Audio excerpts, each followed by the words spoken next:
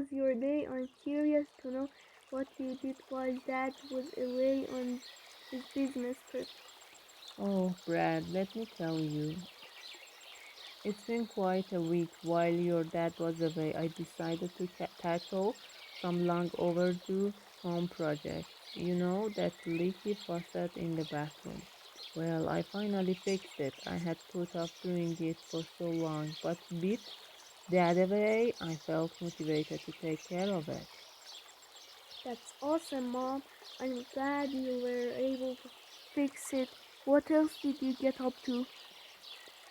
Well, since the weather was so nice, I decided to do some gardening in the backyard. I had been meaning to plant some new flowers and I finally got around to it. It was a lot of work, but seeing those bright blooms made it all worth it. That sounds like a lot of fun. I can't wait to see the new flowers. Did anything interesting happen while Dad was away? Actually, something quite unexpected happened. Our neighbors, the Johnsons, invited me over for a barbecue. It was such a lovely gesture, and I was delighted to join them.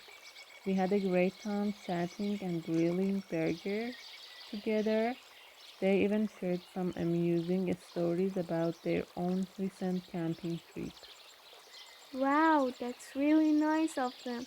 It must have been great to spend time with the neighbors. Did Dad manage to get in touch with you while he was away? Yes, he did every evening. Your dad would call to check in and see how things were going. We chatted about what we did during the day and he shared all exciting places he visited during his business trip. It made me feel better knowing he was safe and also gave us a chance to catch up each other's lives. I'm glad that kept in touch. It must have made the time pass more quickly.